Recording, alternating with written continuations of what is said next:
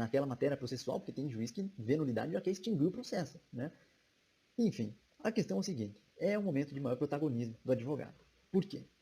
Porque o advogado não deve esperar que o juiz venha a todo instante sanar, tá? Sanar as nulidades, sejam elas relativas, tá? Ou até absolutas, tá? Tudo bem, nem tanto, não vou exagerar, mas existe uma série de nulidades que hoje em dia o magistrado está deixando passar nas ações que dizem respeito ao direito digital. Tá? Bom, vamos lá.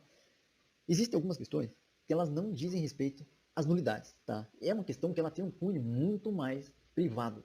E por ter um cunho muito mais privado, o juiz ele não mete a mão. Tá? Ele não vai avisar você dos erros que você está cometendo.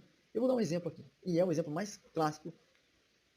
Eu vou aprofundar um pouquinho mais depois desse ponto, mas eu vou adiantar agora para a gente trabalhar dentro dessa lógica, porque que eu vejo que o advogado tem que ter um protagonismo maior dentro da atuação, em especial com o ilícito cibernético.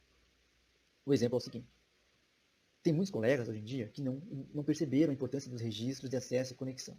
Eles não se deram conta de que a autoria de um ilícito cibernético somente é provada a partir dos rastros. Tá? Depois eu vou explicar a respeito dos rastros.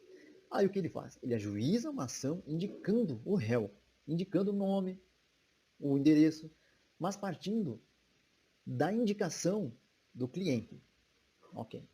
O fato é o seguinte, que nós advogados, muito menos nós advogados, o cliente, o juiz, ninguém tem bola de cristal para adivinhar quem é que está do outro lado da internet, do outro lado do computador.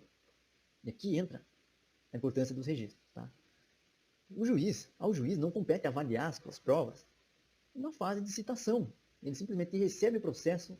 Aliás, nem é ele que recebe o processo, né? Ele verifica a regularidade, né, dos pressupostos básicos. Ok, mande-se citar a parte adversa.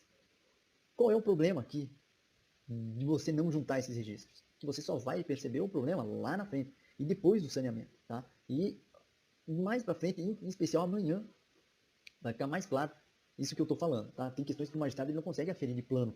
Esse é um exemplo.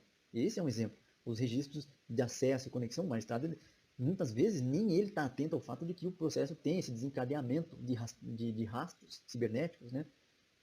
Ele não vai te intimar num momento inicial para trazer esses dados. Isso é unanimidade nos processos em que eu participei e nos processos que eu já estudei. Ele não vai te intimar. Tá? Ele não vai te intimar. Se chegar lá na frente, aí que mora o problema. Se chegar lá na frente, a parte adversa impugnar a autoria por falta de elementos informáticos, pode até ser que o juiz oportunize a você que traga ao processo esses registros. O único problema é que a lei do marco civil da internet ela tem um prazo extremamente curto para você organizar esses registros. Tá? Que para os registros de acesso à aplicação é de 6 meses, e de conexão, 1 ano. Tá? Então, assim, esse é um exemplo prático de que o juiz ele não vai resolver no início do processo.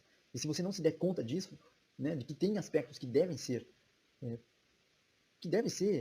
organizados por você, há um grande risco de você, lá na frente, colher maus frutos dessa atuação.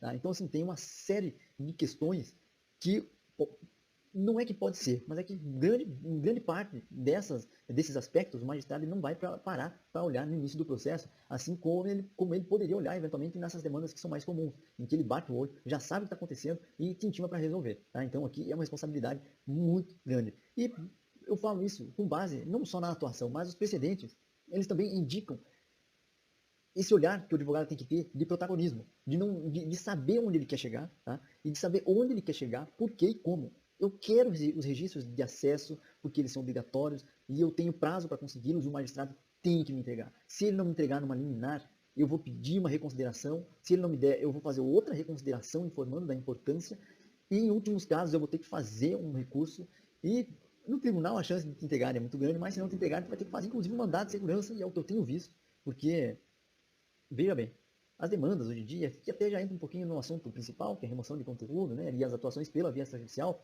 tem um aspecto que é muito interessante, que é o seguinte: todo caso na